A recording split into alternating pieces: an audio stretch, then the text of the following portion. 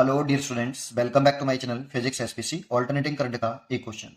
A series LCR circuit with L 100 by pi milli henry, C 10 की power -3 pi farad और R रखा 10 omega is connected across the AC source 220 volt and 50 hertz supply. The power factor of the circuit will be. देखो एक LCR circuit बना लो, L C और are, इससे एक AC source से जोड़ दो और इसका वीआरएमएस वोल्टेज दे रखा है हमें। आरएमएस वोल्टेज रखा है 220 वोल्ट। जब कुछ ना बताए तो आरएमएस वोल्टेज होता है। और फ्रीक्वेंसी दे रखी है 50 हर्ट्ज। इसका एल दे रखा है हमें, सी दे रखा है और आर दे रखा है। तो पावर फैक्टर पूछ रहा है इसी सोर्स का। देखो पावर फैक्टर क्या होता है? पावर फैक्टर होता है कॉस फाई, और जो कॉस फाई होता है ये आर अपॉन जेड होता है बेटा। इसी से आप सब निकाल सकते हो सभी सर्किट के लिए, आर अपॉन जेड से। इस सर्किट का जेड निकाल लो। उसके बाद जेड निकालने के लिए आपको पहले एक्सएल निकालना पड़ेगा। तो XL is equal to L omega और L into omega 2 pi F. L दे रखा है हमें 100 अपॉन पाई मिली हेनरी है, तो 10 की पावर -3 हेनरी, और 2 पाई रहने दें और एफ 50। देखो पाई से तो पाई कट गया, ये 100 हो गया और ये 100 और ये भी 100 और 10 की पावर -3, 1 2 3 ये से कैंसिल हो गए, दैट मीन्स 10 हो गया। ऐसे ही एक्सी निकाल लो। X is equal to 1 upon omega C. तो 1 अपॉन ओमेगा की वैल्यू 2 पाई एफ, एफ की वैल्यू 50 और सी की वैल्यू 10 की पावर -3 डिवाइड बाई पाई है, तो पाई ऊपर पहुंचा लो। पाई से तो पाई कैंसिल हो गया। देखो ये 100 हो गया, तो ये 100 तो और 10 की पावर, दैट मीन्स 10 की पावर 2 हो गया, और ये 10 की पावर -3, तो 10 की पावर -1 ऊपर गया तो प्लस के 10, 10 की पावर +1 दैट मीन्स 10। देखो यहाँ एक्सएल और एक्ससी बराबर आ गया, तो ये तो कंडीशन ऑफ रेजोनेंस सर्किट हो गया ना बेटा। Resonance series circuit, series resonance circuit हो गया, रेजोनेंस सर्किट हो गया बेटा। ये एलसीआर सर्किट जो है इस समय रेजोनेंस सर्किट है। और रेजोनेंस सर्किट में जेड जो लिखता है वो आर के बराबर होता है। लिखना चाहो तो लिख लो पहले, R square plus XL minus XC का स्क्वायर, ये होता है। लेकिन एक्सएल और एक्ससी बराबर है, तो ये बराबर होंगे तो कैंसिल हो जाएंगे, तो जेड बराबर आर आ जाएगा। और जेड बराबर आर आया तो cos phi equal to R upon Z. अब आर आर है और जेड भी आर है, और आर की वैल्यू वैसे दे रखी है हमें, लेकिन दोनों कट ही गई, तो पावर फैक्टर आ गया 1। कॉस फाई का ही नाम तो पावर फैक्टर है, कॉस फाई का नाम पावर फैक्टर, तो पावर फैक्टर 1 आ गया, इसकी वैल्यू हो गई 1। A LCR circuit is at resonance for a capacitor C, inductance L, and a resistance R. Now the value of resistance is half, keeping all the parameters same. The current amplitude at resonance will be now. तो देखो हमारे पास एक LCR circuit है, resonance LCR circuit, L, C और R। इसको किसी AC source से जोड़ देते हैं ऐसे, ठीक है। तो इसमें जो इसका वोल्टेज अगर वीआरएमएस मान लें और इसमें करंट फ्लो कर लें आईआरएमएस, तो जो करंट होती है IRMS is equal to VRMS source voltage और इंपेडेंस। अगर जेड मिनिमम होगा तब आपका आईआरएमएस मैक्सिमम होगा रेजोनेंस वाले केस में, और जब करंट मैक्सिमम होता है तो वो रेजोनेंस एलसीआर सर्किट कहलाता है। तो देखो जेड होता है रूट के अंदर R square plus XL minus XC का whole square. Condition of resonance होती है, कंडीशन ऑफ रेजोनेंस कि एक्सएल और एक्ससी बराबर होते हैं, और इस वाले केस में जेड की जो वैल्यू आती है ये मिनिमम आती है बेटा। देखो अगर एक्सएल एक्ससी बराबर हो जाए तो जेड की वैल्यू आर के बराबर आएगी। सोचो अगर एक्सएल एक्ससी से बड़ा है तो जेड आर से बड़ा आएगा, और एक्ससी अगर एक्सएल से बड़ा है तब भी जेड आर से बड़ा आएगा। तो जेड की जो सबसे छोटी वैल्यू है वो आर के बराबर है, और जेड अगर मिनिमम है तो करंट मैक्सिमम है। तो ये कंडीशन होती है रेजोनेंस की। और इस वाले केस में लिखते हैं तो एक्सएल बराबर एल ओमेगा, और इसके लिए लिखते हैं 1 अपॉन ओमेगा सी। इसको और सॉल्व करें तो omega is equal to 1 upon root C. तो ये रेजोनेंट फ्रीक्वेंसी होती है बेटा, ये रेजोनेंट फ्रीक्वेंसी होती है। और रेजोनेंट फ्रीक्वेंसी रेजिस्टेंस से इंडिपेंडेंट है। देखो रेजोनेंट फ्रीक्वेंसी जो है वो एल और सी की वैल्यू पर डिपेंड कर रही है, और एल और सी इसमें ऑल अदर पैरामीटर्स जो हैं वो सेम है। तो रेजोनेंस फ्रीक्वेंसी पे कोई इफेक्ट नहीं पड़ेगा रेजिस्टेंस चेंज करने से। अब करंट कितनी होती है इसमें, तो आईआरएमएस की जगह पे लिख सकते हैं हम यहाँ पे I not by root 2, peak value निकालें, एम्पलीट्यूड करंट निकालें तो वी नॉट बाई रूट 2, और जेड लिख सकते हैं मिनिमम वैल्यू रेजोनेंस वाले केस में। रेजोनेंस बोल रहा है ना, रेजोनेंस वाले केस में पूछ रहा है, तो आर, इससे तो कैंसिल। तो I not is equal to V not upon R ये। तो अगर हम रेजिस्टेंस हाफ करेंगे सर्किट का तो एलओसी को कांस्टेंट रख रहे हैं, एलओसी में तो कोई चेंज नहीं कर रहे हैं, तो एल और सी अगर कांस्टेंट है तो रेजोनेंट फ्रीक्वेंसी पे कोई चेंज नहीं आएगा, रेजोनेंट उसी पॉइंट पर होगा, उसी फ्रीक्वेंसी पर होगा, बट आर चेंज करने से पीक करंट पर इफेक्ट पड़ेगा। और वी नॉट तो कांस्टेंट है, तो इनिशियल वैल्यू तो ये हो गई। अगर हम रेजिस्टेंस को यहाँ आधा कर दें, नया जो रेजिस्टेंस है वो आर बाई टू लें, तो नई पीक करंट एम्पलीट्यूड करंट जो आएगी, पीक वोल्टेज तो कांस्टेंट रख रहे हैं, वो तो इसकी सोर्स की है बेटा जो अप्लाइड किया हमने, इनटू ये आर बाई टू पर पहुंच जाएगा। तो जो पीक एम्पलीट्यूड करंट आएगा ये 2 टाइम्स आएगा बेटा पहले वाले के। कुछ इस तरह से देखो सर डायग्राम बनेगा। जैसे अगर हम ये कहें कि ये वालों मान लो ये रेजोनेंट फ्रीक्वेंसी है, तो इस जगह पर पहले करंट आपकी ऐसे मैक्सिमम हुई बेटा, ये इस जगह पे मैक्सिमम हुई और इसकी वैल्यू थी आई नॉट बराबर वी नॉट अपॉन आर। अब इसी रेजोनेंट फ्रीक्वेंसी पर अगर आप रेजिस्टेंस को आधा कर दोगे तो करंट डबल हो जाएगी, तो करंट जो है कुछ इस तरह से हो जाएगी बेटा, कुछ इस तरह से करंट डबल हो जाएगी बेटा। आई नॉट मैक्सिमम जो वैल्यू होगी अब इसका वो वी नॉट वो 2 आई नॉट होगी, that means 2 V not upon R होगी, इतनी होगी। बस डायग्राम इतना, रेजोनेंट फ्रीक्वेंसी पे कोई इफेक्ट नहीं पड़ेगा, इसीलिए यहां पर डबल पे टिक कर सकते हैं। For a given series LCR circuit it is found that maximum current is drawn when the value of variable capacitance is 2.5 nanofarad. If the resistance 200 ohm और इंडक्टर का सेल्फ इंडक्टेंस रखा है 100 millihenry being used in the given circuit, the frequency of AC source is 10 power 3 hertz. Solution, सबसे पहले हमारे पास एक LCR circuit है, ये एल, ये सी और ये आर, और इस सर्किट में हमें क्वेश्चन में कह रहा है कि इस सर्किट में करंट जो ड्रॉ हो रही है ना वो मैक्सिमम हो रही है बेटा। तो करंट कब मैक्सिमम होती है? जब रेजोनेंस एलसीआर सर्किट हो। तो रेजोनेंस कंडीशन क्या होती है? Condition of resonance, condition of resonance, पहले तो करंट कितनी होगी, I R M S equal to V R M S upon Z, और जेड कितना होगा सर्किट का, इसमें जो करंट फ्लो कर रही होगी I R M S current flow कर रही है, सही है। तो ये सर्किट का सोर्स का रूट मीन स्क्वायर वोल्टेज हो गया, ये सर्किट का इंपिडेंस हो गया। तो जेड इजिकल टू होता है रूट के अंदर आर स्क्वायर प्लस, अगर एक्सएल बड़ा मान लें एक्सी से, तो ये होता है बेटा। लेकिन अगर आप करंट की वैल्यू मैक्सिमम चाहते हो तो जेड मिनिमम होना चाहिए, ये तो फिक्स है। तो जेड की वैल्यू मिनिमम करने के लिए क्या करोगे, कंडीशन ऑफ रेजोनेंस बोलते हैं इसको। अगर एक्सएल और एक्सी के बराबर हो जाए तो जेड की जो इस वाली सिचुएशन में जो जेड होता है ये मिनिमम हो जाता है आर के बराबर। देखो अगर एक्सएल और एक्सी बराबर हो जाए जेड की वैल्यू आर आएगी, अगर एक्सएल एक्सी से बड़ा रहता है तो जेड ग्रेटर देन आर आएगा, और एक्सी एक्सएल से बड़ा रहता है तब भी जेड ग्रेटर देन आर आएगा। तो जेड की सबसे मिनिमम वैल्यू तब होगी जब एक्सएल और एक्सी बराबर होंगे, और जब जेड मिनिमम होगा तो करंट मैक्सिमम होगा। तो हमने पहले सर्किट में करंट की जो कंडीशन है कि करंट एलसीआर सर्किट में मैक्सिमम है उसको मैंने बताया कि करंट इस वाले केस में जेड मिनिमम तो करंट कैसा, I R M S maximum. तो यही चाहिए कि तो इस कंडीशन में इसको आगे सॉल्व कर लो, ये L omega is equal to 1 upon omega से, इसमें ओमेगा इसकी angular frequency, omega is equal to 1 upon L C, ये रेजोनेंस फ्रीक्वेंसी बोलते हैं।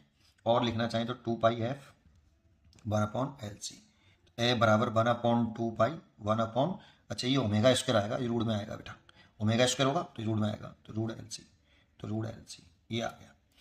और ये सर्किट की नेचुरल फ्रीक्वेंसी और ये सोर्स की अप्लाइड वोल्टेज की फ्रीक्वेंसी अगर दोनों बराबर हो जाए तो इसे रेजोनेंट फ्रीक्वेंसी बोला जाता है। ठीक है, हमसे यही पूछ रहा है, क्योंकि यही क्यों पूछ रहा है, क्योंकि जब करंट मैक्सिमम है तब पूछा है, तो करंट मैक्सिमम रेजोनेंस वाले केस में होती है। तो आपको सब कुछ दे रखा है, बस वैल्यू पुट कर लो।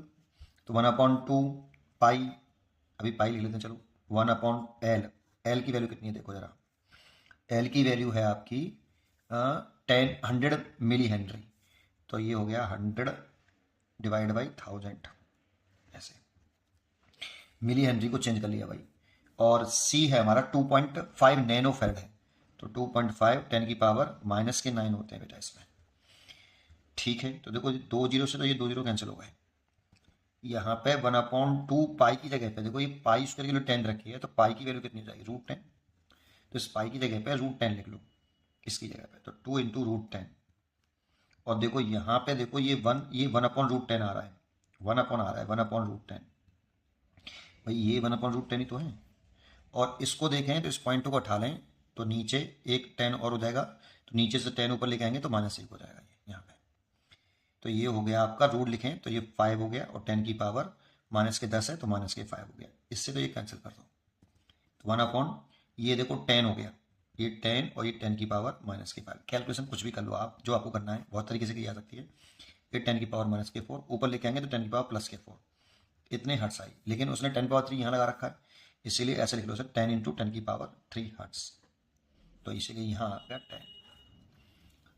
A capacitor of reactance 4√3 ohm and resistor of resistance 4 ohm is connected in series with an AC source of peak value दे रखी है 8√2 volt.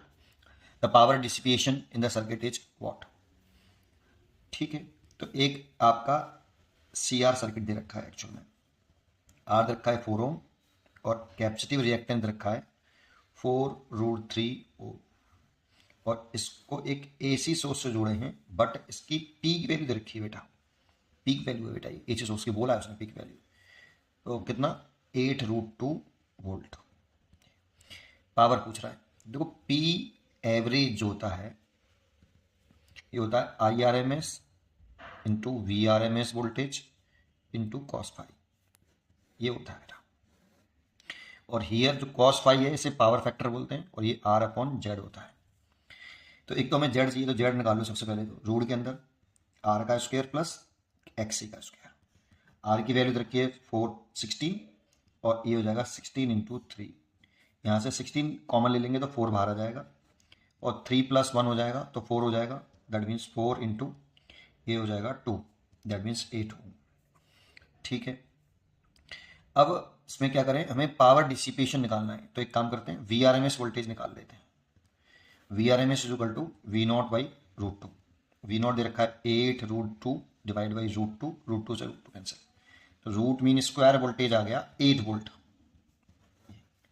और जो इसमें करंट होगी आई आर एम एस, ये सीरीज में है तो दोनों में सेम होगी, तो जो आई आर एम एस होता है ये होता है, ये सर इसका सोर्स का भी आर एम एस वोल्टेज है बेटा, सोर्स का, तो सोर्स से जो करंट निकली I R M S, V R M S upon Z impedance होता है बेटा, ये I R M S V R M S upon Z. तो यहाँ से आप आई आर एम एस की वैल्यू पुट कर दो, यहाँ से पी एवरेज निकाल लो, तो P average is equal to I R M S put कर देते हैं, वी आर एम एस का स्क्वायर, इसकी जगह पर अगर हम V R M S upon Z लिखेंगे तो V R M S square हो जाएगा डिवाइड बाई जेड, और कॉस फाई की वैल्यू लिख लेंगे are upon Z.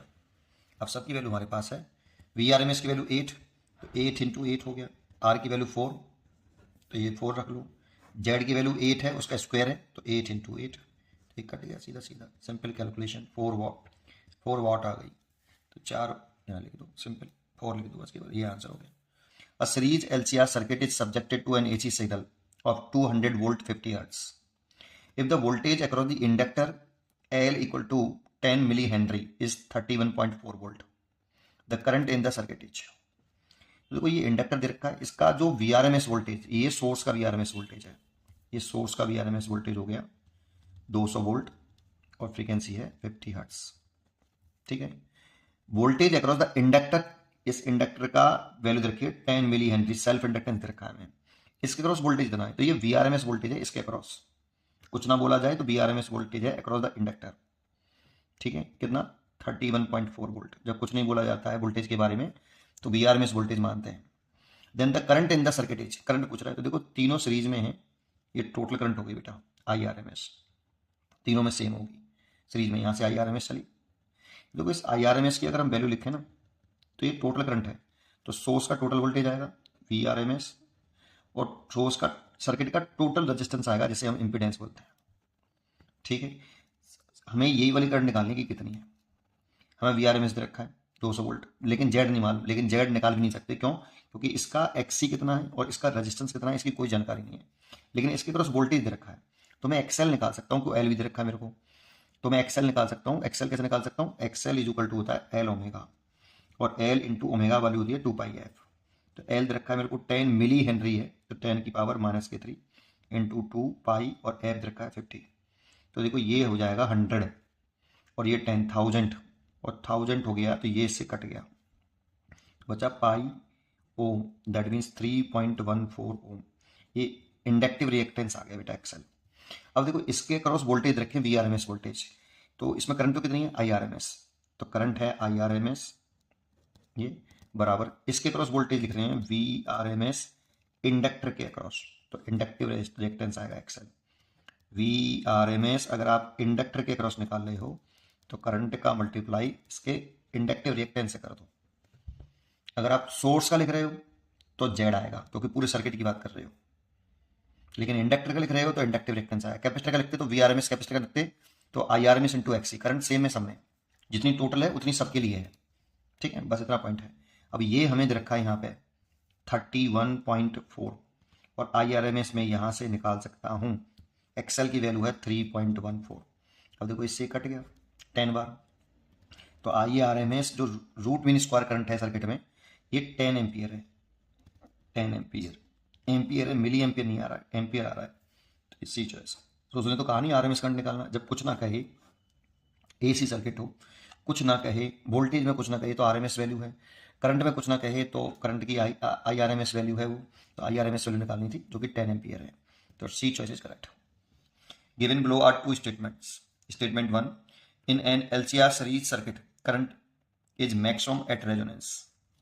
Statement 2, current is in purely resistive circuit can never be less than that in a series LCR circuit when is connected to same source, same voltage source।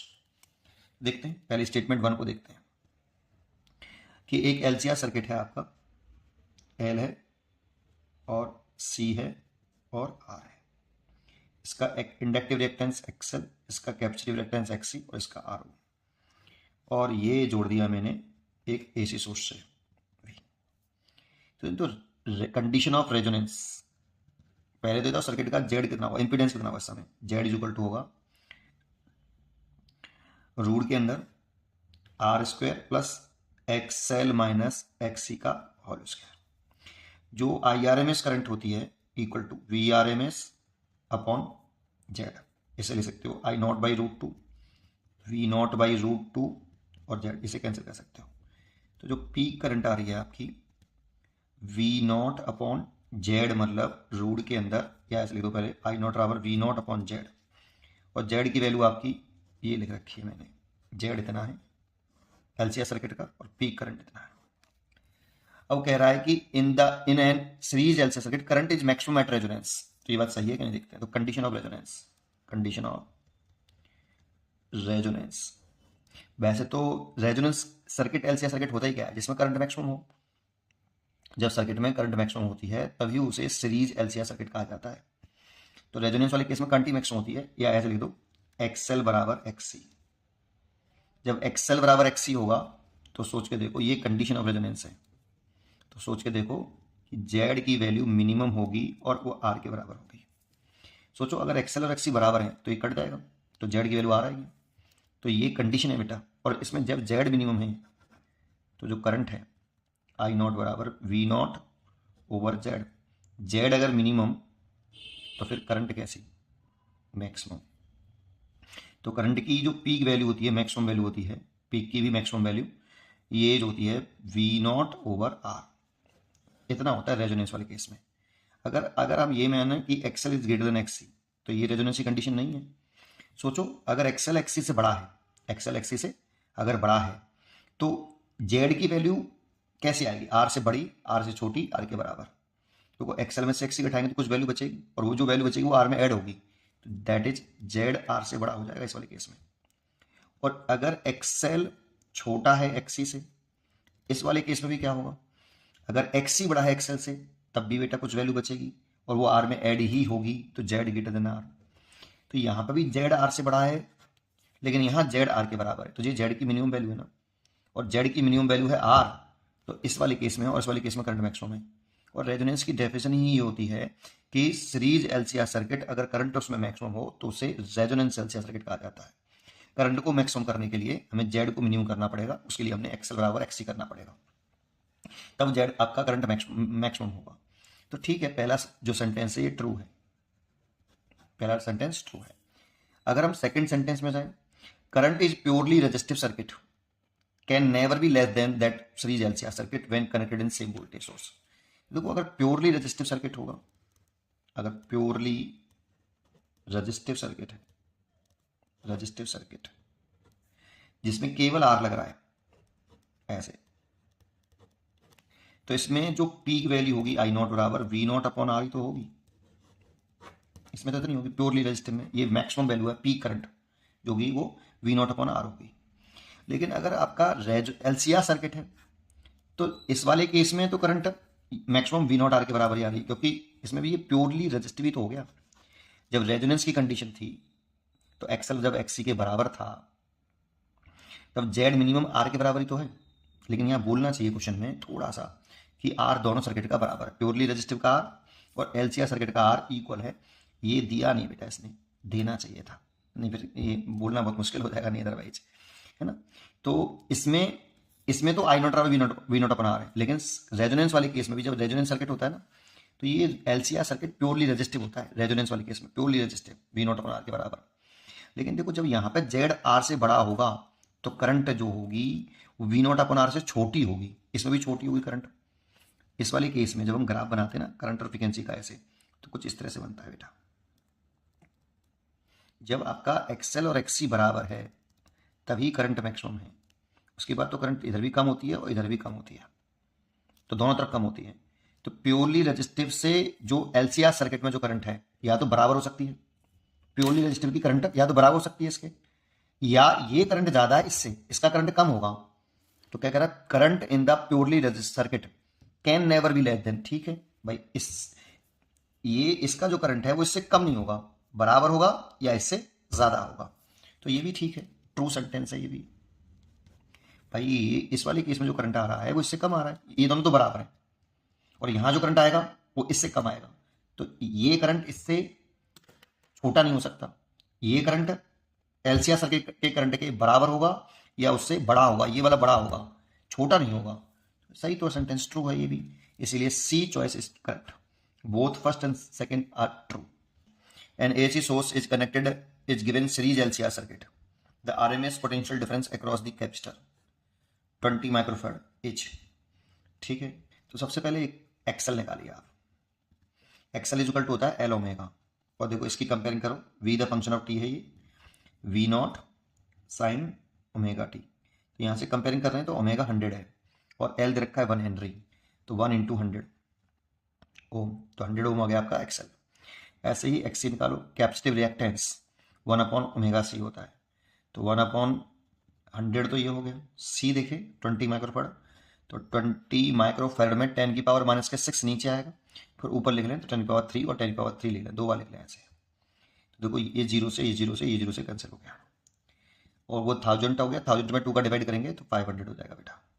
तो XC आ गया 500 और XL आ गया 100 और R बताइए, तो इससे हम impedance निकाल सकते हैं जेड। तो Z is equal to R का स्क्वायर प्लस XC बड़ा है XL से, इसीलिए XC माइनस XL का होल स्क्वायर। तो R की वैल्यू है 300, तो 300 का square plus XC minus XL 500 minus के 100 तो 400 का स्क्वायर। तो ये हो जाएगा आपका, डायरेक्ट लिख दूं 500 हो जाएगा, ठीक है। जेड आ गया भाई। अब ये देखो यहां से ये पीक वोल्टेज हो गया V0, ये पीक वोल्टेज हो गया सोर्स का 50√2 वोल्ट। तो इसका VRMS वोल्टेज निकाल लो, टोटल सोर्स का, ये सोर्स का टोटल वोल्टेज VRMS निकाल लो। करंट मान लो इसमें सर्किट में IRMS है, ऐसे सब में सेम होगी, सीरीज में कनेक्टेड है, तो IRMS करंट निकल आएगी हमारी सोर्स का total VRMS voltage divided by Z, total current, total voltage और total effective resistance of the circuit Z. ठीक है, तो VRMS निकालना पड़ेगा पहले, VRMS equal to V0/√2। V0 है आपकी 50√2 और ये √2 है, √2 से √2 कैंसिल, 50 वोल्ट आ गया, ये 50 वोल्ट और ये 500, तो ये 1/10 एम्पियर आ गया। ठीक है, अब हमसे कैपेसिटर के अक्रॉस RMS वोल्टेज पूछ रहा है बेटा, तो इसमें इस कैपेसिटर में कितनी IRMS है, IRMS तो नहीं है, तो इसके अक्रॉस वोल्टेज पूछ रहा है VRMS अक्रॉस द कैपेसिटर। तो VRMS value across the capacitor is equal to IRMS into XC। देखो ये तो यहाँ पे देखो तो मैंने VRMS लिखा है IRMS इंटू जेड, तो ये VRMS पूरे सोर्स का था, पूरे सर्किट का था, तो जेड लिखा है ना बेटा। लेकिन यहाँ VRMS पूछ रहा है कैपेसिटर के क्रॉस, तो XC लिखेंगे, है ना। तो IRMS की वैल्यू 1/10 और XC की वैल्यू 500, तो इससे कैंसिल हो गया। दैट मीन्स 50 वोल्ट जो है RMS value across the capacitor, RMS potential difference across the capacitor 50 volt. इसीलिए इसमें यहाँ पे 50 वोल्ट आ जाएगा बेटा। AC circuit, the instantaneous current is zero when the instantaneous voltage is maximum. In this case, the source may be connected to pure inductor, pure capacitor, pure resistor, combination of inductor और capacitor. चलो एक एक करके देख लेते हैं। जैसे अगर हम एक प्योर इंडक्टर ले लें और इससे कोई AC सोर्स जोड़ दें ऐसे, ठीक है, और करंट की इक्वेशन लेट कर लें, I the function of T is equal to I not sine omega T. तो ये voltage the function of T लिखें तो हम जानते हैं इंडक्टर में, अभी हमें पता होना चाहिए कि इंडक्टर में कि जो करंट है उससे जो वोल्टेज होता है वो 90 डिग्री लीड करता है बेटा इंडक्टर में। या उल्टा भी ले सकते हो कि वोल्टेज V से करंट 90 डिग्री लैग करता है। एक ही बात है, जब वोल्टेज आगे होगा 90 डिग्री करंट से तो करंट 90 डिग्री पीछे होगा। तो यहाँ से इसका मतलब लिख सकते हैं V, इंडक्टर की लिखना है तो V lead I by phase 90 degree या π/2 रेडियन कह सकते हो आप, ये होता है बेटा। तो V लीड कर रहा है I से 90 डिग्री फेज में, तो उल्टा भी लिख सकते हो I लैग कर रहा है V से, जब V आगे होगा फेज में तो I पीछे तो होगा 90 डिग्री, एक ही बात है दोनों। तो देखो मैंने इक्वेशन करंट की अगर ये लेट करी तो वोल्टेज की इक्वेशन क्या लिखूंगा, VT the function of inductor लिखें तो I0 XL लिखते हैं इनटू साइन, इंडक्टर है ना ये, केवल ओनली इंडक्टर, तो V0 I0 XL sign voltage का जो फेज होगा वो करंट के फेज से कितना ज़्यादा है, 90 डिग्री, दैट मीन्स π/2 रेडियन ज़्यादा है। तो आप इसे ऐसे लिख सकते हो I0 XL cos omega t, ये V the function of T आया। अब देखो करंट का फंक्शन आया ये और वोल्टेज का ये, तो देखो करंट का अगर हम ग्राफ बनाएं, साइन ग्राफ है तो साइन 0 से शुरू होता है ऐसे, और ये यहाँ पे T/2 और यहाँ पे T, तो मैक्सिमम हुआ यहाँ पे करंट T/4 पर और 0 है यहाँ पर, ठीक है। और वोल्टेज का ग्राफ है कॉस वाला, तो कॉस वाला ग्राफ कुछ ऊपर से शुरू होता है, तो अलग से बना देता हूँ। ये तो करंट का ग्राफ हो गया, वोल्टेज का ग्राफ यहाँ से शुरू होगा ऐसे चलेगा, मतलब T/2 पे यहाँ पे ऐसा होगा, ये T/2 का, ये T/4 है ना, तो T/4 पे 0 हो जाएगा ये, और T बराबर 0 पर मैक्सिमम है। तो देखो ये मैक्सिमम है, वोल्टेज तो मैक्सिमम है T बराबर 0 पर और करंट उस समय 0 है ना। तो जो करंट अगर 0 है ना, इंस्टेंटेनियस करंट किसी इंस्टेंट पर करंट अगर 0 है तो उसमें वोल्टेज मैक्सिमम है।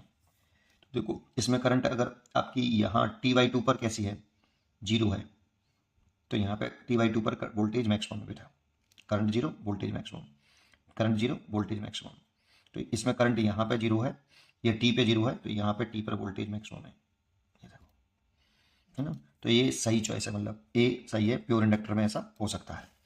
अगर हम दूसरे की तरफ चलें, सेकंड कैपेसिटर की बात कर रहा है, प्योर कैपेसिटर ना लो, ये कैपेसिटर है, ये AC सोर्स लगा लिया है ना, कैपेसिटर है ये ऐसे, तो इसमें मान लो करंट तो I बराबर I0 साइन ओमेगा टी है।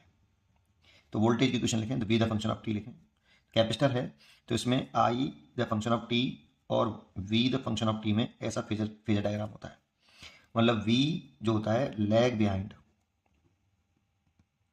I बाई फेज 90 डिग्री या π/2 रेडियन, उल्टा भी कर सकते हो इसको। अगर V लैग कर रहा है तो I लीड करेगा, और लीड करेगा तो लीड वाले को ऊपर दिखाते हैं, लैग वाले को नीचे, है ना। तो यहाँ पे V दिखा दो और I लीड करेगा तो ऊपर दिखा दो। भाई अगर V पीछे है करंट से तो I आगे तो होगा, ठीक है। तो V का अगर लिखें तो V का इक्वेशन लिखें, V the function of T, तो I0 XC, ये पीक वोल्टेज हो गया इसके अक्रॉस, कैपेसिटर के अक्रॉस, और साइन इसका फेज किससे पीछे है, I से पीछे, कितना पीछे है, 90 डिग्री, आप लिखोगे ओमेगा टी माइनस 90 डिग्री, पीछे तो माइनस करना है और नीचे दिखाते हैं उसको, है ना। और ये हो गया आपका कितना I0, इसमें से माइनस साइन को मान लो पहले, I0 XC sine 90 minus omega T, तो ये हो जाएगा माइनस के I0 XC cos omega t, ये V the function of T.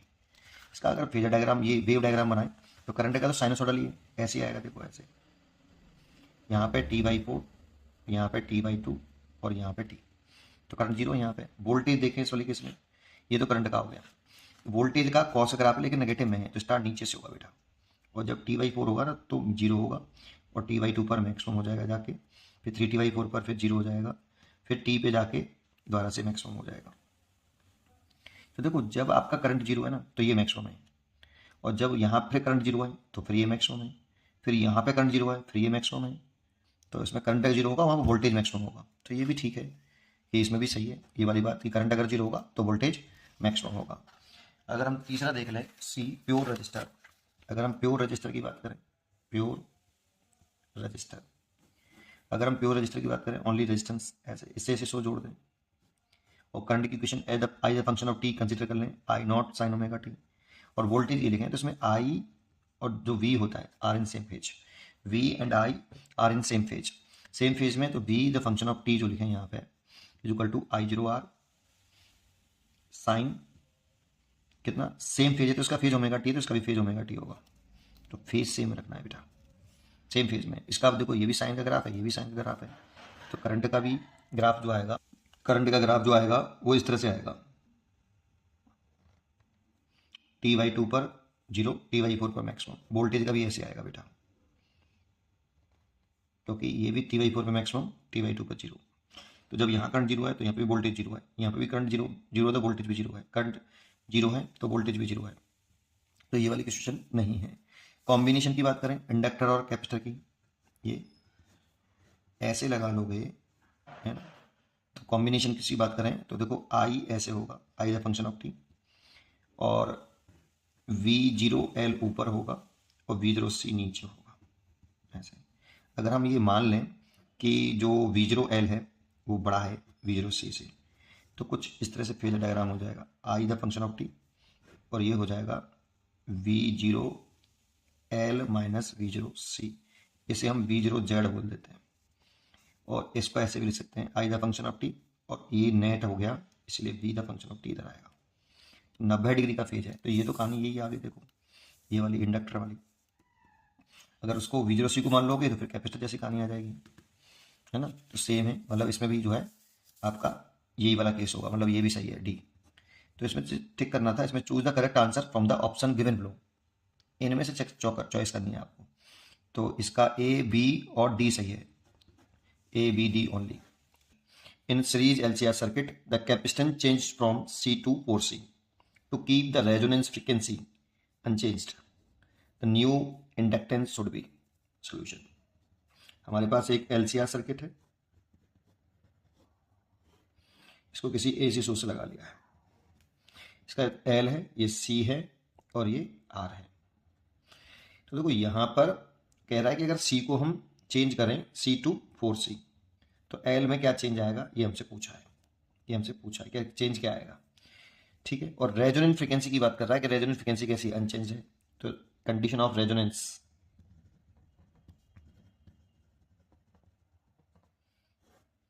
कि XL is equal to XC, और इस वाले केस में करंट जो होती है वो मैक्सिमम हो जाती है बेटा, ये कंडीशन होती है।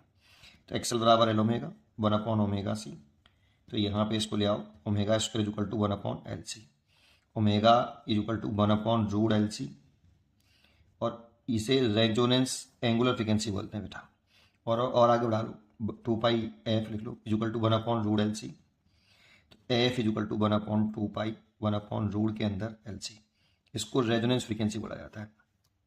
ये अप्लाइड सोर्स की फ्रीक्वेंसी अगर सर्किट की नेचुरल फ्रीक्वेंसी के बराबर हो जाए, अप्लाइड सोर्स की फ्रीक्वेंसी सर्किट की नेचुरल फ्रीक्वेंसी के बराबर हो जाए तो इसे नेचुरल फ्रीक्वेंसी बोलते हैं पूरे को, है ना, तो उसे रेजोनेंस फ्रीक्वेंसी बोला जाता है। तो देखो ये वाली रेजोनेंस फ्रीक्वेंसी उसमें कह रहा है कि कांस्टेंट है, ठीक।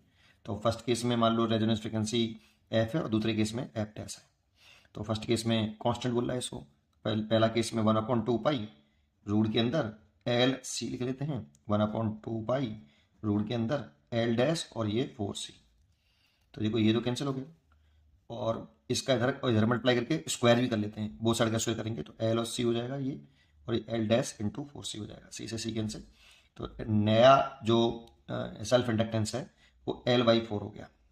तो देखो ये आपका L कितना चेंज हुआ, पहले L था अब चेंज हो गया, रह गया कितना L/4 रह गया है, तो कितना रिड्यूस्ड बाई लिखें, रिड्यूस्ड बाई कितना घटा, इतना था इतना रह गया है, तो घट कितना गया, बाई का मतलब कितना घट गया, तो L में से L/4 घटाना पड़ेगा 3L/4। अगर हमसे रिड्यूस्ड बाई पूछता है तो 3L/4, लेकिन अगर वो पूछता रिड्यूस टू, ये कितना घट के बच गया है, रिड्यूस टू का मतलब बचा हुआ कि कितना घटने के बाद रह गया है, तो रह कितना गया L/4 है। अगर रिड्यूस टू कहता तो L/4 पर टिक करते, और रिड्यूस बाई कह रहा है तो फिर कितना घट गया, इतना था इतना बच गया, तो रह कितना आ गया 3L/4, सॉरी घट कितना गया 3L/4, इतना घट गया है और इतना बच गया है। तो इसमें 2 लगाते हैं, इसमें बाई लगाते हैं, बस इस बात ध्यान रखिए, इसलिए सी चॉइस होगी। भूल के भी ए पर मत टिक करना। रिड्यूस्ड बाई कह रहा है बेटा वो, देखो इसमें एक ऑप्शन है रिड्यूस टू भी लिख रहा है, लेकिन इंक्रीज टू 4L कह रहा है, तो इतना तो इंक्रीज नहीं हुआ अभी। रिड्यूस्ड बाई 3L/4, घट के इतना घट गया है, ठीक है। Series LR circuit connected with AC source E = 25 sin 1000 t volt has a power factor 1/√2 if the source of EMF changed 2000 कर दिया और यहाँ 25 की जगह 20 volt, the new power factor of the circuit will B, मैंने figure बना ली है। तो देखो जो पावर फैक्टर इसका हमें दे रखा है cos फाई, ये R/Z होता है, तो इसका पावर फैक्टर हमें गिवन है cos फाई कितना है 1/√2 है, इसका पावर फैक्टर पूछ रहा है हमसे। तो देखो Z क्या होता है आपका, Z होता है रूट के अंदर R² प्लस XL का स्क्वायर, और XL की वैल्यू होती है हमारी, जो XL है इंडक्टिव रिएक्टेंस, ये L ओमेगा होता है। तो हम यहाँ लिख सकते हैं कि R/रूट के अंदर इसे लिख सकते हैं R² प्लस XL की वैल्यू लिख लो, XL की वैल्यू लिख देते हैं L ओमेगा, तो L² ओमेगा², और इसकी वैल्यू रखिए 1/√2। इसको सॉल्व कर लो, पहले इसका मल्टीप्लाई, इसका मल्टीप्लाई, रूट के अंदर R² प्लस L² ओमेगा² इज इक्वल टू √2R, वो साइड का स्क्वायर कर दे तो ये R² प्लस L² ओमेगा² 2R², इसको दल लिया है तो L² ओमेगा² इज इक्वल टू 2 में से घटा दिया तो एक R² बचा। यहाँ से हम निकालें L²/R², तो इसको इधर तो L²/R² निकाल लें, इसकी वैल्यू 1/ओमेगा²। इस जगह पर ओमेगा की अगर इससे निकालें ओमेगा तो 1000 है बेटा, क्योंकि इसकी कंपेयरिंग करें E बराबर E0 साइन ओमेगा टी से, तो ओमेगा की जो वैल्यू है वो 1000 रेडियन पर सेकेंड है, ठीक है।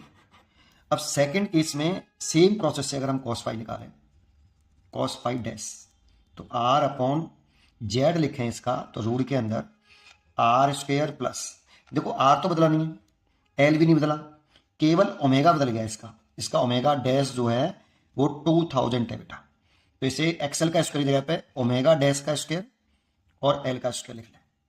अब क्या करें, इस R को नीचे ले आए, 1/रूट के अंदर R² plus omega dash square L², और नीचे लेके आएंगे डिवाइड में R, ऐसे। अब इसको अंदर ले जाएं रूट के, तो 1/रूट के अंदर R² प्लस ओमेगा डैश का स्क्वायर L² डिवाइड में, एक लाइन में कर देता मैं पर समझाने के लिए, गलती ना हो आपके लिए, ये एक बार इसके नीचे, एक बार इसके नीचे, तो 1/रूट के अंदर ये तो 1 हो जाएगा और ये हो जाएगा ओमेगा डैश का स्क्वायर और L²/R²। L और R थोड़ी चेंज किया है, ओमेगा चेंज हुआ है ओनली, और ओमेगा चेंज हुआ तो cos फाई चेंज होगा। तो इसमें इसकी वैल्यू हमने निकाल ली है, देखो L²/R² की वैल्यू 1/ओमेगा² निकालिए, तो बस वैल्यू पुट कर तो खत्म खेल। रूट के अंदर 1 प्लस ओमेगा डैश का स्क्वायर अपॉन ओमेगा², सॉल्व कर लो, कुछ नहीं है। 1/रूट के अंदर 1 प्लस ओमेगा डैश 2000 है और ये 1000 है, उसका स्क्वायर है, 3 जीरो से ये 3 जीरो कट गई, 4 हो गया, 4 और 1 5 हो गया, तो cos फाई आ गया आपका, cos phi dash equal to 1/√5, ये तो इसका आंसर आ गया cos फाई का 1/√5, C choice is correct. An AC voltage 20 sin 200 pi t is applied to the series LCR circuit which drive the current I is equal to the average power dissipated। देखो ये तो peak voltage हो गया V0 20 volt, और ये peak current हो गया I0 10 ampere. देखो इसके फेज से इसका फेज π/3 ज़्यादा है, करंट का फेज π/3 ज़्यादा है, तो फेज डिफरेंस हो गया π/3 रेडियन या 60 डिग्री। पावर डिसिपेटेड पूछ रहा है, तो P एवरेज जो होता है ये होता है IRMS मल्टीप्लाइड बाई VRMS और cos फाई। IRMS लिखते हैं I0/√2, VRMS लिखते हैं V0/√2, और cos फाई दे रखा है 60 डिग्री, √2 1/2 हो गया। I0 दे रखा है 10 और V0 दे रखा है आपका 20, और cos 60 की वैल्यू 1/2, 2 से ये 5 बार कट गया और 2 से ये 10 बार, तो आ गया 50 watt. Answer D choice is correct. And AC circuit voltage and current are given by, इतना इस पर ध्यान दीजिए, मिली एम्पियर पर respectively. The average power dissipated in the one cycle, तो देखो हमारा यहाँ पे ये पीक वोल्टेज हो गया V0 100 वोल्ट, और ये पीक करंट हो गया, क्योंकि ये मिली एम्पियर में रखा है तो आई नॉट हो गया 100 milliampere, that means 100 into 10⁻³ ampere. और ये फेज डिफरेंस, इसका फेज 100t और इसका फेज 100t प्लस π/3, तो फेज डिफरेंस हो गया पाई इक्वल टू π/3। अच्छा, अब समझें कि पी एवरेज का जो फॉर्मूला होता है ये होता है IRMS into VRMS into cos phi. और यहाँ IRMS I0/√2 लिख लो और इसकी वैल्यू V0/√2 लिख लो और कॉस फाई की वैल्यू रखी है π/3, दैट मीन्स 60 डिग्री। तो ये 1/2 हो गया नीचे। आई नॉट दे रखा है 100 इंटू 10⁻³ V0 भी 100 दे रखा है, सॉरी 100, और इसकी वैल्यू कॉस 60 डिग्री की वैल्यू 1/2। तो 2 से ये कट गया 50 बार और 2 से ये कट गया 25 बार, तो ये 25 तो ये हो गया, और इससे ये कट गया 10⁻⁻1 बार। 10 नीचे आएगा, डिवाइड करेंगे तो 2.5 वाट हो गया। इसके आंसर हो गया सी। इजी क्वेश्चन था। When a DC voltage 100 volt is applied to an inductor or DC current 5 ampere flow through it. When AC voltage 200 volt peak value is connected to inductor, to its inductive reactance is found to be 20√3 ohm. The power dissipated in the circuit is what? ठीक है, समझे। देखो, एक होता है inductor, इसने केवल inductor word use किया, और एक होता है purely inductive, purely inductive element, purely inductive या प्योर इंडक्टर, प्योर इंडक्टर।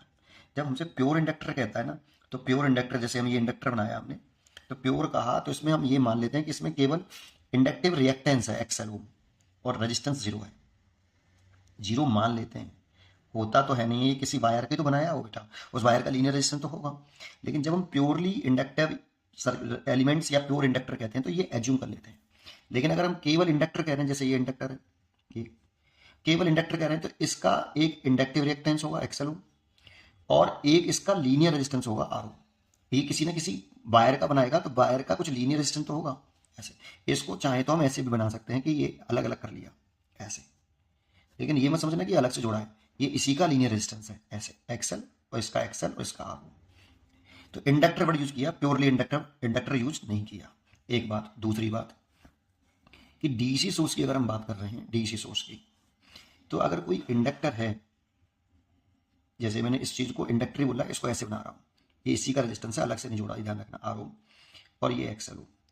तो इसे मैंने किसी डीसी सोर्स से जोड़ दिया, जैसे ये जोड़ दिया, तो जैसे ही मैं इसे कनेक्ट करूंगा, इसको मैंने कनेक्ट करा, तो t=0 पर करंट 0 होगी, क्योंकि इस इंडक्टर में जैसे जोड़ेंगे तो करंट बढ़ेगी, तो करंट में चेंज आएगा, तो इंडक्टर करंट के चेंज आने का विरोध करेगा, तो उसे करंट को बढ़ने नहीं देगा वो।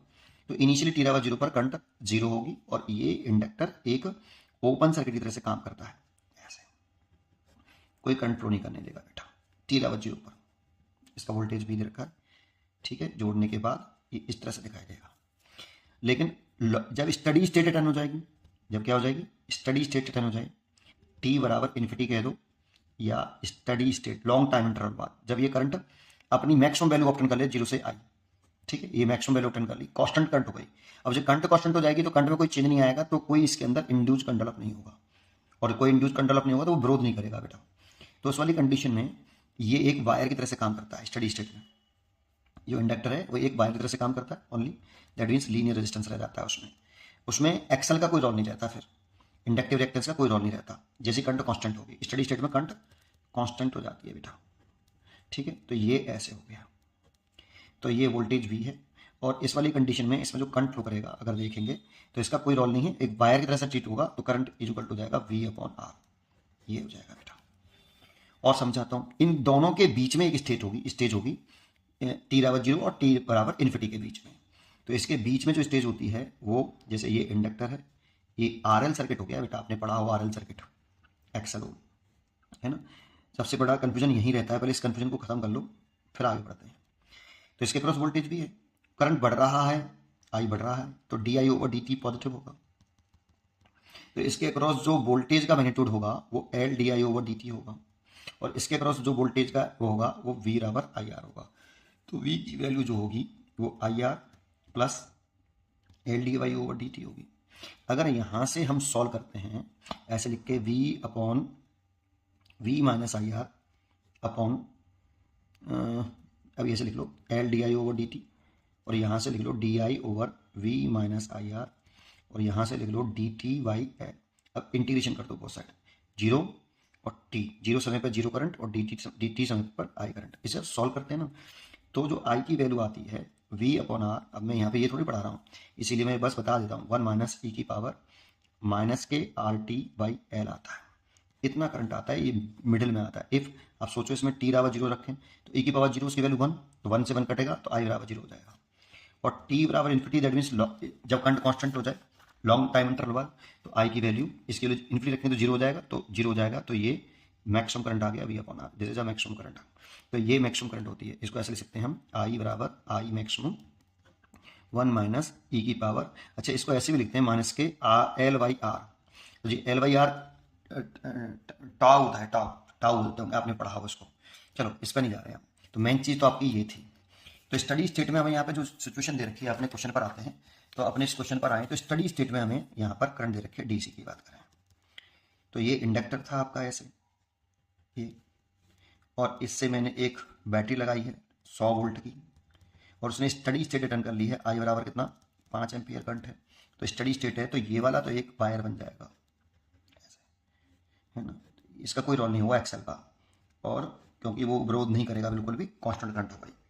तो इसमें रेजिस्टेंस आर हो गया, तो इसमें करंट दे रखी है आपको 5 एम्पियर, और ये वी दे रखा है 100 वोल्ट, तो आई बराबर हो जाएगा वी ओवर आर। तो आई की वैल्यू तो 5 एम्पियर, वी दे रखा है 100, और आर निकाल लो आप यहाँ से, तो आर निकाला तो ये हो गया 20 ओम। ठीक है, अब एसी सोर्स लगा दें, तो एसी सोर्स में तो करंट हमेशा ही बदलती रहती है, कांस्टेंट रहती नहीं है, स्टडी स्टेट आएगी नहीं है उसके अंदर, तो ये एल और आर, ये आपका एसी सोर्स लगा दिया, और इसकी हमें यहाँ पी वोल्ट दे रखी है। बच्चे कहते हैं इंडक्टर के क्रॉस लगाया, तो इंडक्टर इसी को तो मानना है, इसी में आर है और इसी में एक्सएल है, इसमें मैंने एक एसी सोर्स जड़ा लगा दिया, इसकी पीक वोल्टेज दे रखा है कितना 200 वोल्ट।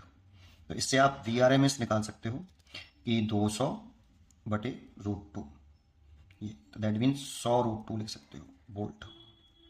ठीक है, लेकिन हमसे पूछ रहा है अच्छा आई आर एम एस, इसका इंडक्टिव रिएक्टेंस दे रखा है एक्सएल, एक्सएल हमें दे रखा है 20√3, और ये आर तो हमने निकाल लिया है 20 ओम, तो इसका इंपिडेंस भी निकाल सकते हो रूट के अंदर, आर स्क्वायर प्लस एक्सएल का स्क्वायर। अब आर का स्क्वायर करें तो 400 हो गया, और इसका स्क्वायर करें तो 400 × 3 हो गया, इसमें से 400 कॉमन ले लेंगे तो 20 आएगा बाहर, 3 + 1 4 हो गया, 4 का रूट 2 हो गया, तो 20 × 2 दैट मीन्स 40 ओम हो गया। अगर जेड भी निकाल लिया, पावर डिसिपेटेड पूछ रहा है, पी एवरेज पूछ रहा है, इक्वल टू, ये आपने फॉर्मूला पढ़ा होगा, I R M S V R M S cos phi. ठीक है, और कॉस फाई की जो वैल्यू होती है ये आर अपॉन जेड होती है बेटा, तो आई आर एम एस होता है V R M S upon Z, तो इस आई आर एम एस की जगह V R M S upon Z लिख दो, तो वी आर एम एस का स्क्वायर अपॉन जेड, और कॉस फाई की जगह लिख दो R upon Z. V R M S हमने निकाल रखा है इतना, तो 100 × 100 × 2 हो गया, इसका √2 का स्क्वायर 2, और जेड का स्क्वायर हो गया 40 × 40, और जेड का स्क्वायर हो गया आर की वैल्यू 20। तो देखो इस जीरो से ये जीरो, और इस जीरो से ये जीरो कट गया, 4 से ये कट गया, 4 दूनी 8 25 बार, और 2 से ये कट गया 2 बार, और 2 से ये कट गया 10 बार, दैट मीन्स 250 वाट पावर आ गई बेटा इतनी, इसीलिए इसका आंसर हो गया 250 वाट, 250 वाट। थोड़ा सा समय जो है मैंने इसमें ज़्यादा लगा लिया, 6 मिनट तो इसी में लगा लिए, नहीं क्वेश्चन तो छोटा सा था, पर इसे डायरेक्ट करते हैं बच्चे लोग, तो मैंने आपको थोड़ा समझाने की कोशिश करी है। अब bulb and capacitor are connected in series across an AC supply. A dielectric is placed between the plates of capacitor. The glow of the bulb is solution. एक बल्ब है हमारे पास, और एक हमारे पास कैपेसिटर है, और इसे किसी एसी सप्लाई से जोड़ा है। ठीक है, इसका कैपेसिटेंस शुरुआत में C है, और इसकी वैल्यू होती है ε0A अपॉन डी, और कैपेसिटिव रिएक्टेंस एक्स होता है। ठीक है, अब सेकंड केस में कह रहा है कि अगर हम इसमें कोई डाइलेक्ट्रिक मटेरियल की स्लैब पुट कर रहे हैं, तो नया कैपेसिटेंस जो हो जाएगा C डैश बराबर हो जाएगा ε0A K/D, that means K times capacitance बढ़ जाएगा, तो XC डैश चेंज हो जाएगी बेटा, रेजिस्टेंस ही रहेगा, एसी सोर्स वही है। तो देखो जो XC इक्वल टू होता है वो 1/ωc होता है, और C इंक्रीज हुआ है यहाँ पे, तो C अगर इंक्रीज होगा तो XC घट जाएगा। XC घटने से जो Z होगा इम्पीडेंस सर्किट का R² प्लस XC होता है। अगर XC डिक्रीज हो रहा है तो इम्पीडेंस डिक्रीज होगा, और इम्पीडेंस डिक्रीज होगा तो इसका जो वर्चुअल वोल्टेज है VRMS, इसमें जो करंट फ्लो कर रही है IRMS इक्वल टू होता है VRMS अपॉन Z। अगर Z डिक्रीज हो रहा है तो करंट जो फ्लो कर रही है वो इंक्रीज हो जाएगी सर्किट में, और करंट इंक्रीज होगी तो बल्ब की ब्राइटनेस बढ़ जाएगी, तो glow of the bulb increases. A choice is correct. And alternating EMF E equal to 110√2 sin 100t volt is applied to a capacitor 2 microfarad. The RMS value of current in the circuit is milliampere में पूछा है। देखो solution, हमें एक capacitor के across क्या लगाया है, एक अल्टरनेटिंग सोर्स लगा दिया। ये इसका EMF दे रखा है 110√2 sin 100t, और इसका कैपेसिटेंस दे रखा है C इक्वल टू 2 माइक्रोफैराड।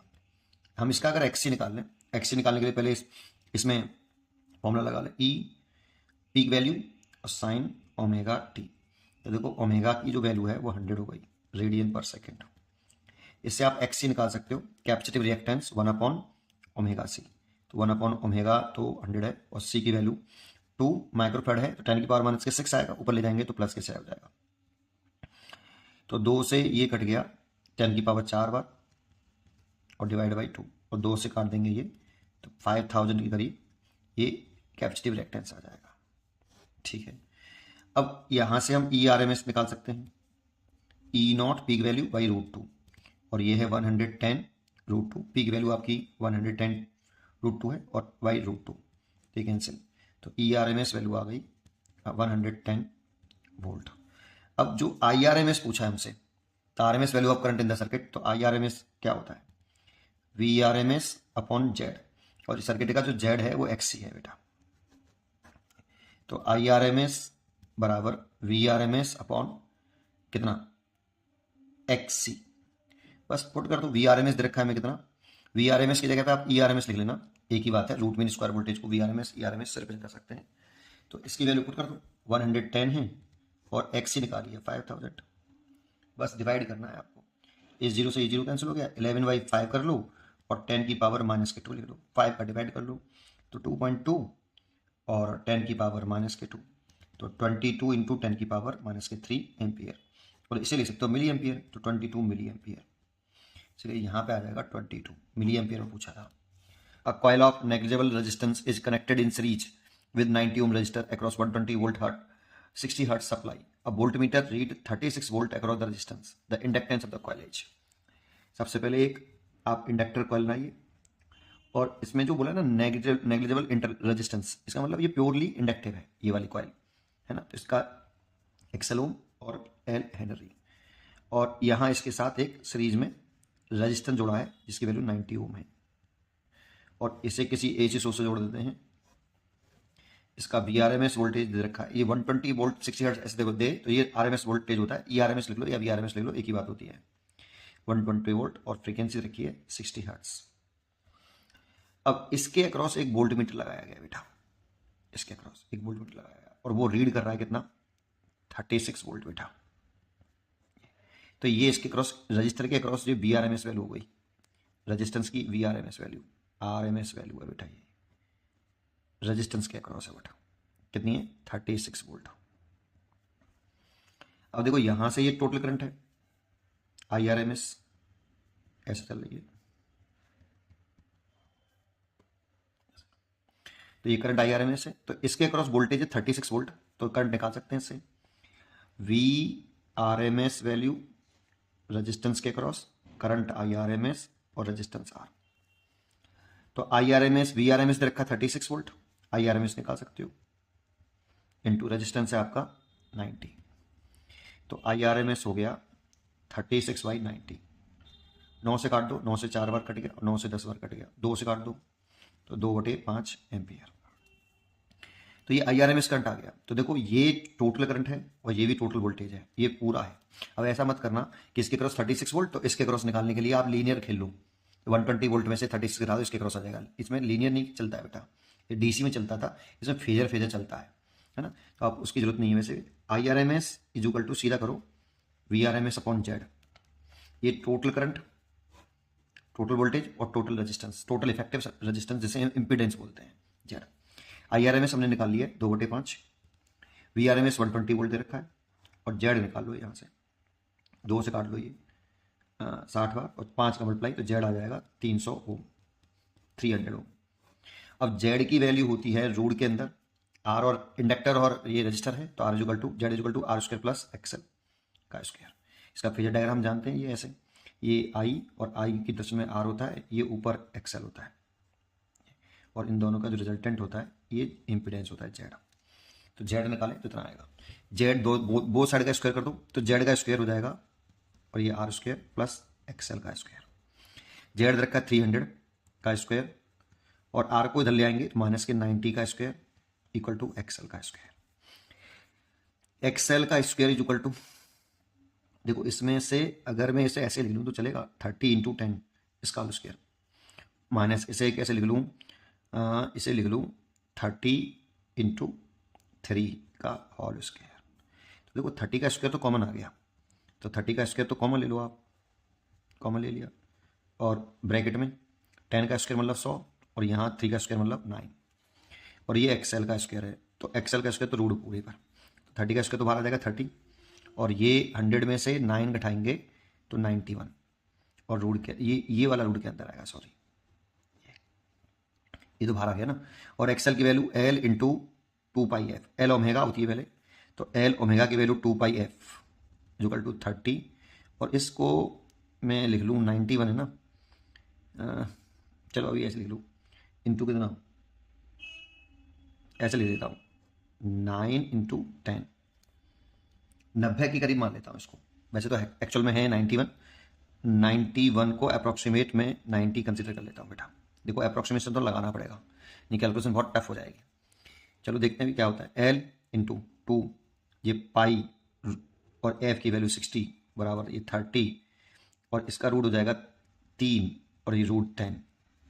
तो देखो ये 30 से ये सीधा सीधा पहले 2 बार कट गया, और देखो ये रूट 10 और पाई कैंसिल हो जाएगा, क्योंकि रूट 10 की वैल्यू लगभग 3.14 के आसपास ही होती है, अप्रॉक्सीमेट होती है, तो कैंसिल कर देंगे।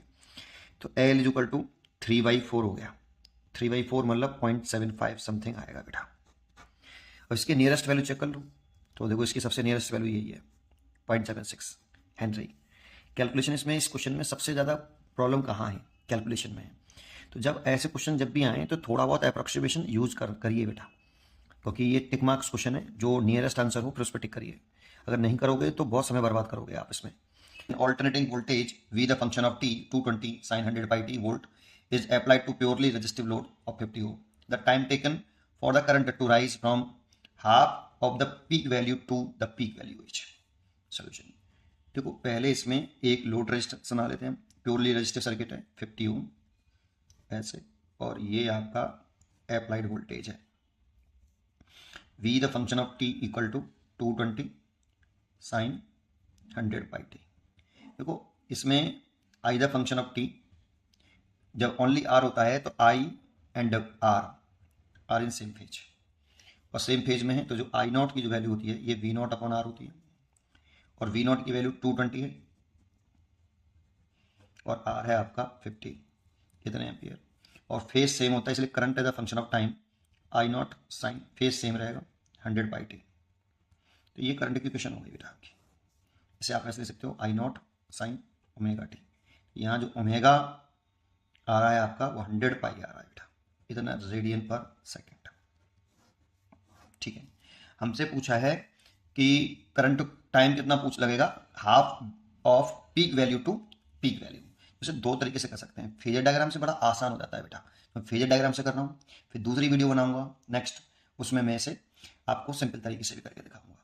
ठीक है, चलिए इसमें मैं फेजर डायग्राम से कर रहा हूँ।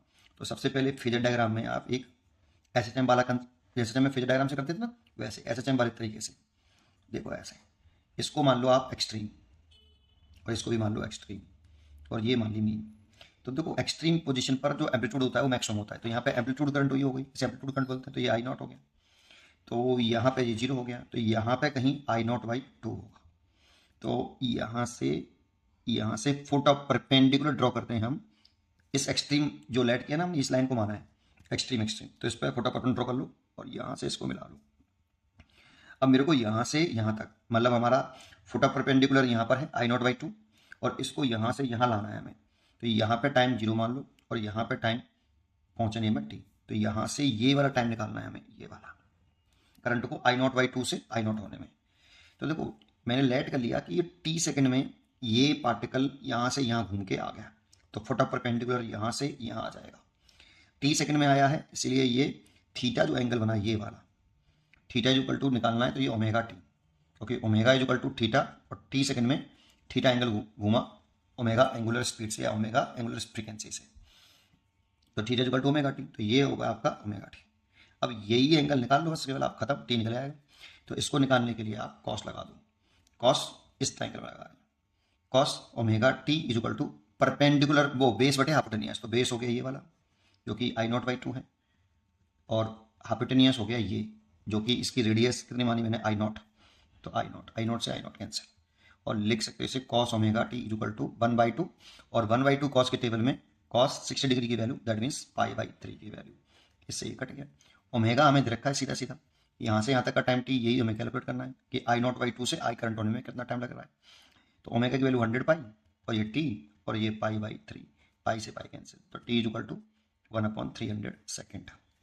अब इसे 0.33 और 10 की पावर -2 सेकेंड, तो 3.3 10 की पावर -3 सेकेंड, तो 3.3 मिली सेकेंड। तो इसका आंसर हो गया 3.3 मिली second. Alternating current at any instant is given by I equal to 6 plus root 56 sin 100 pi t plus π/3 ampere. The RMS value of current is, तो देखो RMS value का मतलब होता है रूट मीन स्क्वायर।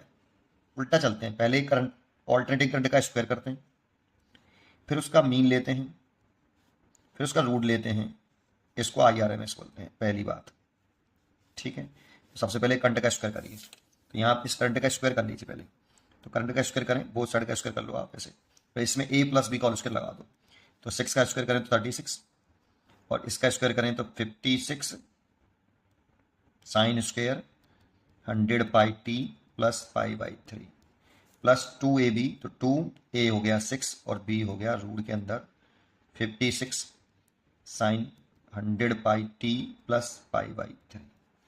तो देखो ये i का स्क्वायर आ गया। अब इसके बाद IR स्क्वायर कर लिया, अब एवरेज वैल्यू निकालो। तो जानते हो आई स्क्वायर की एवरेज वैल्यू निकालनी है फुल साइकिल में। ये कैसे निकालते हैं, तो कोई भी फंक्शन अगर टाइम डिपेंडेंट हो, कोई भी फंक्शन अगर टाइम डिपेंडेंट हो तो उसकी एवरेज वैल्यू निकालने का फॉर्मूला होता है integration I² dt divide by I square की एवरेज वैल्यू निकालनी तो I स्क्वायर लिखना है, जिसकी भी एवरेज वैल्यू निकालनी है वो लिखना है, ठीक है। और इंटीग्रेशन dt फुल साइकिल में निकालने हैं, इसलिए 0 से t और 0 से t। चाहो तो आप ओमेगा बराबर 2π/t होता है, तो t इज इक्वल टू 2π/ओमेगा, लिमिट 2π/ओमेगा लिख सकते हो, 0 से 2π/ओमेगा, 2π/ओमेगा मैं t ले लेता हूँ। अब इसका इंटीग्रेशन करते हैं बेटा, तो इसका इंटीग्रेशन तो t हो जाएगा, तो डिनोमिनेटर में t हो गया 1/t। भाई dt का इंटीग्रेशन t, लिमिट पुट करोगे तो t - के 0 तो t, तो 1/t इंटीग्रेशन 0 से t I² dt। अब इस इतनी बड़ी वैल्यू का इंटीग्रेशन करना बार बार, ऐसे कई क्वेश्चन आ सकते हैं। इसको शॉर्ट ट्रिक बताऊंगा, पहले पूरा डिटेल में एक बार समझ लो, है ना, फिर शॉर्ट ट्रिक बता दूंगा। 1/t इसे ब्रैकेट के बाहर रखो भाई 1/t को, और यहाँ पे आई की वैल्यू पुट करो I² की, तो ये वैल्यू पूरी पुट करनी है। तो अलग अलग देखो dt का मल्टीप्लाई हो रहा है पूरे में, इस पूरे में, तो अलग अलग कर देता हूँ। इससे पहले बाहर रखिए ब्रैकेट के, तो I² में 36 इंटीग्रेशन 0 से t dt प्लस 56, ये 36 था भाई, इसकी वैल्यू पुट करी, dt का मल्टीप्लाई किया, 36 बाहर ले लिया मैंने बस केवल, 56 बाहर ले लिया, integration 0 to t sine square 100 pi t plus π/3 plus ये बाहर ले लो 12 रूट के अंदर 56, ये बाहर ले लिया 12 रूट 56, और इसको लिख लो इंटीग्रेशन 0 से t sign 100 pi t plus π/3। अच्छा dt और आएगा पीछे इसमें dt, इसमें भी dt, ये 1/t का मतलब पूरे में ध्यान रखना। अब देखो ये तो 1/t हो गया, इसका इंटीग्रेशन करेंगे तो 36 इंटू t तो आएगा, इस t से t कैंसिल हो जाएगा बेटा। ऐसे इसका इंटीग्रेशन करके सॉल्व करने पर आता है 56 इंटू t/2। इसका इंटीग्रेशन करो आप तो आप t/2 पाओगे इसको। इस t से ये t कैंसिल हो जाएगा वाला, इस t से ये t कैंसिल हो जाएगा। इसका इंटीग्रेशन करोगे तो साइन कर्व है, ये स्क्वायर में था बेटा, ये साइन कर्व है और साइन कर्व है, साइन कर्व का पॉजिटिव हाफ साइकिल और नेगेटिव हाफ साइकिल, तो फुल साइकिल में एवरेज वैल्यू 0 आएगी, तो इसकी वैल्यू 0 आती है। √12 इंटू 56 इंटू 0 इंटीग्रेशन करने पर। अब देखो ये t से ये t कैंसिल हो गया, अंदर मल्टीप्लाई करेंगे t भी कैंसिल हो जाएगा, तो 36 प्लस 2 से काट दो, 2 2 2 4 और ये आपका 8 और 36 प्लस 28 दोनों को ऐड कर लो। एक तरीका तो ये है बेटा। अब इतना बार बार करना बहुत मुश्किल हो जाएगा, तो जरा समझो। आप क्या करो कि एक वैल्यू लर्न कर लो बेटा कुछ फुल साइकिल के लिए, फुल साइकिल के लिए कि साइन स्क्वायर ओमेगा टी हो, इसकी जो एवरेज वैल्यू होती है फुल साइकिल के लिए वो 1/2 होती है। कॉस स्क्वायर ओमेगा टी की एवरेज वैल्यू फुल साइकिल के लिए 1/2 होती है। साइन 2 ओमेगा टी की वैल्यू फुल साइकिल के लिए 0 होती है। साइन ओमेगा टी की वैल्यू फुल साइकिल के लिए 0 होती है। कॉस ओमेगा टी की वैल्यू फुल साइकिल के लिए 0 होती है। अच्छा, साइन स्क्वायर ओमेगा टी कोई कांस्टेंट टर्म आ जाए यहाँ पे, उसके लिए भी फुल साइकिल के लिए वैल्यू 0 होती है। सेम प्रोसेस फुल साइकिल के लिए। तो अगर आपको ये आता है तो आप एवरेज वैल्यू जो निकालने का तरीका है वो आप डायरेक्ट लिख सकते हो कि आई स्क्वायर का एवरेज ले रहे हो, तो ये कांस्टेंट टर्म है, इसका एवरेज वैल्यू 36 ही रहेगी, चेंज नहीं होगी बेटा। देखो जो कांस्टेंट टर्म था जिसके साथ केवल 36 था, तो टी से टी कट गया, 36 ही तो आया, तो इसका तो 36 ही रहेगा। इसकी एवरेज ले लो बेटा, plus 56 average value sign square 100 pi T plus π/3 की एवरेज वैल्यू, प्लस 12 रूट के अंदर 56 और साइन, इसकी एवरेज ले लो 100 पाई टी प्लस π/3। अब ये तो ऐसे रहेगा, इसकी एवरेज वैल्यू 1/2 होती है, तो 56 इंटू 1/2, और इसकी एवरेज वैल्यू 0 होती है कंप्लीट साइकिल में, क्योंकि साइनसोइडल कर्व है वो, तो 0। अब 2 से काट दो, 28 बार कट गया, 36 प्लस 28, 8 और 6 14, 3 2 5 64 आ गया, 64। ये आई स्क्वायर की अभी एवरेज वैल्यू निकाली है। अब IRMS निकालना हो तो अच्छा, यहाँ से भी आई स्क्वायर की एवरेज वैल्यू निकल रही थी पहले 56 ये, सॉरी 64, ठीक है। अब IRMS निकालना हो तो रूट के अंदर आई स्क्वायर की एवरेज वैल्यू ऐसे, तो इक्वल टू 64, तो ये आ जाएगा 8 ampere. Hello dear students, welcome back to my channel physics SPC. Alternating current का एक question. In alternating voltage V the function of T 220 sin 100 pi t volt is applied to purely resistive load 50 ohm. The time taken for current to rise from half of the value peak value to the peak value is। तो इस question को दो तरीके से कर सकते हैं, एक फेजर डायग्राम जो SHM में यूज करते थे हम उससे, और एक सिंपल तरीके से। फेजर डायग्राम वाले से तरीके से हम इसे कर चुके हैं और आप प्ले लिस्ट में जाके उस वीडियो को देख सकते हो। इसे सिंपल तरीके से कैसे करें वो जरा देखते हैं। तो जैसे सबसे पहले कहा है कि इसमें एक लोड रेजिस्टेंस है R इक्वल टू 50 ओम, और यहाँ एक हमने AC सोर्स लगाया है, इसमें voltage V the function of T 220 sine 100 pi t दे रखा है। जैसा कि हम जानते हैं कि प्योरली रेजिस्टिव में करंट और V are the function of T are in same phase, इसीलिए यहाँ पे अगर मैं I0 निकालूं तो V0 बाई आर, जो पीक वैल्यू है इसकी 220 वोल्ट है और रेजिस्टेंस रखा है 50, तो ये आपका 22/5 एम्पियर। तो इसमें जो करंट हो जाएगी I the function of T जो इसमें फ्लो करेगी is equal to I0 sine, phase same रहेगा, जो वोल्टेज का फेज है वही करंट का फेज रहेगा, दैट मीन्स 100 पाई टी। ठीक है, अब हमें यहाँ पे कह रहा है कि half of the peak value, तो देखो कुछ इस तरह से कर लो कि यहाँ पे करंट 0 है और मान लो कि यहाँ पर ये I0 है, तो यहाँ पे कहीं I0/2 होगी, तो करंट को यहाँ पे टाइम 0, यहाँ से यहाँ तक टाइम लगा t1 और यहाँ से यहाँ तक टाइम लगा t2, और हमसे ये वाला टाइम पूछ रहा है कि ये वाला टाइम कितना, तो t2 में से t1 घटा देंगे। देखो अगर इसे मीन पोजीशन और इससे एक्सट्रीम पोजीशन पूछ लें तो ये t/4 समय लगता है, t/4, ये तो पता ही होगा आपको। ये निकाल लो बस केवल। तो ये t/4 में से ये वाला टाइम निकालना है। कैसे निकालें? तो देखो कि t1 टाइम में आप ऐसे लिख सकते हो कि अगर t1 टाइम में करंट जो है चेंज हो रही है 0 से I0/2, 0 से I0/2, यहाँ रख दो बेटा। तो करंट को चेंज कर दिया I0/2 इक्वल टू, इस वाली इक्वेशन में पुट कर रहा हूँ, है ना। और यहाँ से I0, इसे ओमेगा टी वाले से लिख लेता हूँ, ऐसे लिख लेता हूँ I0 साइन ओमेगा टी। तो I0 साइन ओमेगा t1, तो ये से कैंसिल हो गया। और ये साइन 30 की वैल्यू है, और साइन 30 मतलब π/6, तो ये साइन π/6 की वैल्यू है बराबर साइन ओमेगा t1, इससे ही कैंसिल हो गया। तो ओमेगा t1 ये आ गया t1 इक्वल टू π/6 ओमेगा, ये देखो इतना आ गया बेटा। अब आपको क्या करना है कि 0 से यहां तक I0 तक टाइम कितना t2, तो t2 टाइम में करंट चेंज हो रही है 0 से I0। तो फिर ये वाला वैल्यू इक्वेशन में यूज कर लूँ, यहाँ पर इस I की वैल्यू I0 पुट कर दो, और I0 साइन ओमेगा t2, इससे ही कैंसिल हो गया, 1 हो गया यहाँ पे। और 90 डिग्री में साइन 90 डिग्री की वैल्यू होती है 1, that means sine π/2 is equal to sine omega t2, इससे ही कैंसिल हो गया। तो t2 आ गया यहाँ पे π/2 ओमेगा। अब देखो इसको तुम ध्यान से देखोगे ना, तो ये π/2 ओमेगा की वैल्यू 2π/t, तो पाई से पाई कट गया, तो ये t/4 आया।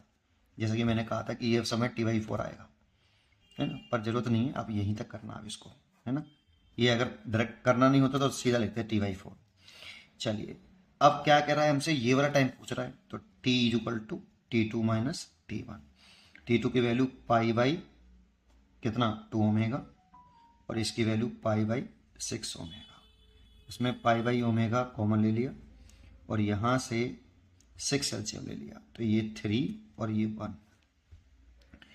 तो ये हो गया 2π/6। ओमेगा की वैल्यू देखो यहाँ से देखें, तो ओमेगा की वैल्यू यहाँ से देखें तो 100π, तो ओमेगा की वैल्यू 100π, इससे ये कैंसिल, तो ये हो गया 2 से ये काट दिया, तो 1/300 सेकेंड आ गया बेटा। और 300 सेकेंड तो 0.33 इंटू 10⁻⁻², इसको ऊपर ले गए और 3 का डिवाइड किया ये, तो 3.3 10⁻⁻³ सेकेंड, तो इसको ले सकते हैं मिली सेकेंड, 3.3 मिली सेकेंड।